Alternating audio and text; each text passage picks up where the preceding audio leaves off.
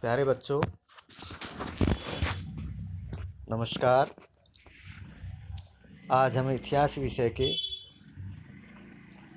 तीसरे पाठ बंधुत्व, जाति, वर्ग, प्रारंभिक समाज पाठ का सामान्य अवलोकन करेंगे। इसके अंतर्गत समकालीन समाज को समझने के लिए इतिहासकार प्राय साहित्यिक परंपराओं व अभिलेखों का उपयोग करते हैं। यदि इन ग्रंथों का प्रयोग सावधानी से किया जाए तो समाज में प्रचलित आचार, व्यवहार और रिवाजों का इतिहास लिखा जा सकता है।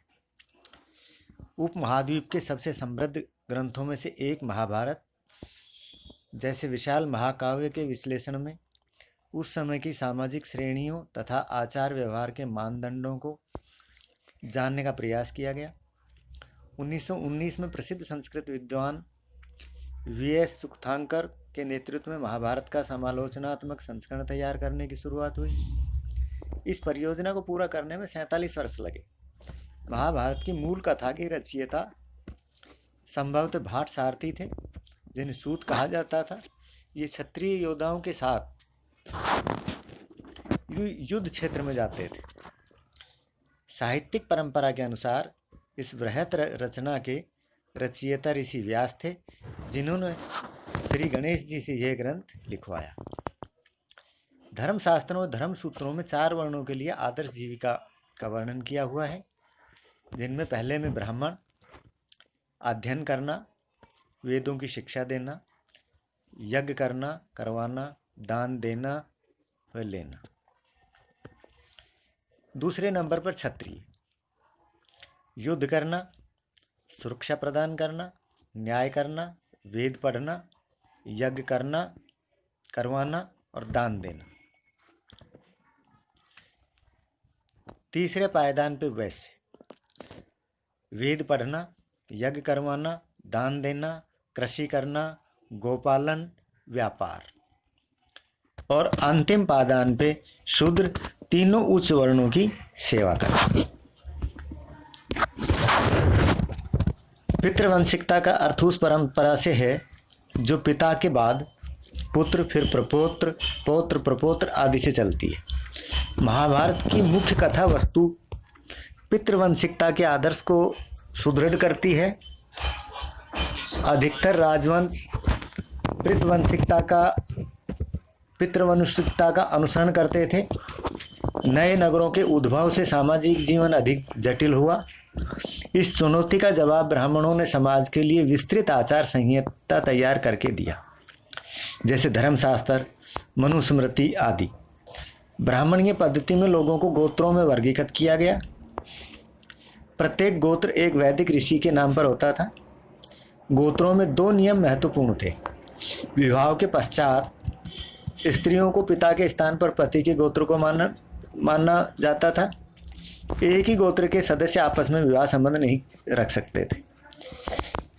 जाति शब्द इस काल की सामाजिक जटिलताएं दर्शाता है।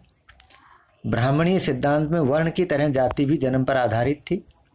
उपमहाद्वीप में पाई जाने वाली कुछ विविधताओं की वजह से कुछ समुदाय जैसे निषाद, मलेच्छ आदि पर ब्राह्मणीय विचारों का कोई प्रभाव नहीं पड़ा। ब्राह्मणों ने समाज में कुछ वर्गों को अस्पृश्य घोषित कर सामाजिक वैमनस्य को और अधिक प्रखर बनाया। मनुस्मृति में चांडालों के कर्तव्यों की सूची मिलती है। मनुस्मृति के अनुसार पैतृक जायदाद का माता पिता की मृत्यु के बाद सभी पुत्रों में समान रूप से बंटवारा किया जाना चाहिए, किंतु ज्येष्ठ पुत्र को विशेष भाग का अधिकार था। धर्मशास्त्र और धर्मसूत्र विवाह के 8 प्रकारों को अपनी स्वीकृति देते हैं, जिनमें से पहले 4 उत्तम माने जाते थे और बाकियों को निंदित माना गया।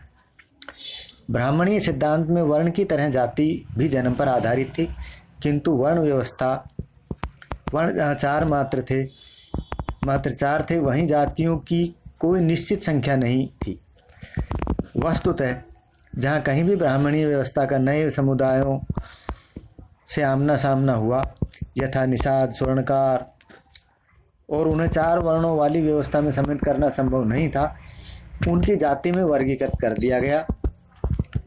ब्राह्मणीय वर्ण व्यवस्था की आलोचनाएं प्रारंभिक बौद्ध धर्म में विकसित हुई।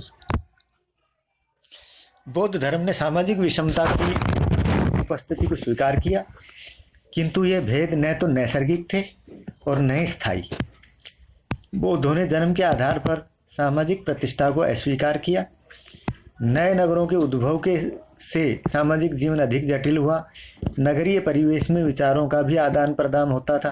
संभवतः इस वजह से प्रारंभिक विश्वासों और व्यवहारों पर प्रश्न चिन्ह लग गए। स्त्रियां पैतृक धर्म संसाधन में हिस्सेदारी की मांग कर सकती थी, परंतु स्त्री धन पर उनका स्वामित्व माना जाता था। इतिहासकार किसी ग्रंथ का विश्लेषण करते समय अनेक पहलुओं पर विचार करते हैं, जैसे ग्रंथ की भाषा, काल, प्रकार, ग्रंथ किसने लिखा, क्या लिखा गया और किन के लिए लिखा गया। महाभारत एक गतिशील ग्रंथ है, क्योंकि शताब्दियों तक इस महाकाव्य में अनेक पाठांतर भिन्न भिन्न भाषाओं में लिखे गए। क्षेत्र विशेष की कहानियों इनमें समाहित कर ली गई। इसकी अनेक पुनर्व्याख्याएं की गई। इस महाकाव्य ने मूर्तिकला, चित्रकला, नृत्य कला व नाटकों के लिए विषय वस्तु प्रदान की। संस्कृत ग्रंथों में कुल शब्द का प्रयोग परिवार के लिए और जाति का बांधवों के बड़े समूह के लिए होता है। मातृवंशिकता शब्द का प्रयोग हम तब कर सकते हैं जहाँ वंश परंपरा में माँ से जुड़ी होती है। अंतर्विवाह में वैवाहिक संबंध समूह के मध्य होते हैं। यह समूह एक गोत्र, कुल अथवा एक जाति या फिर एक स्थान पर बसने वालों का हो सकता है। आरंभिक उपनिषदों में से एक बृहदारण्यक उपनिषद में कई लोगों को उनके मातृ नामों से निर्दिष्ट किया गया था।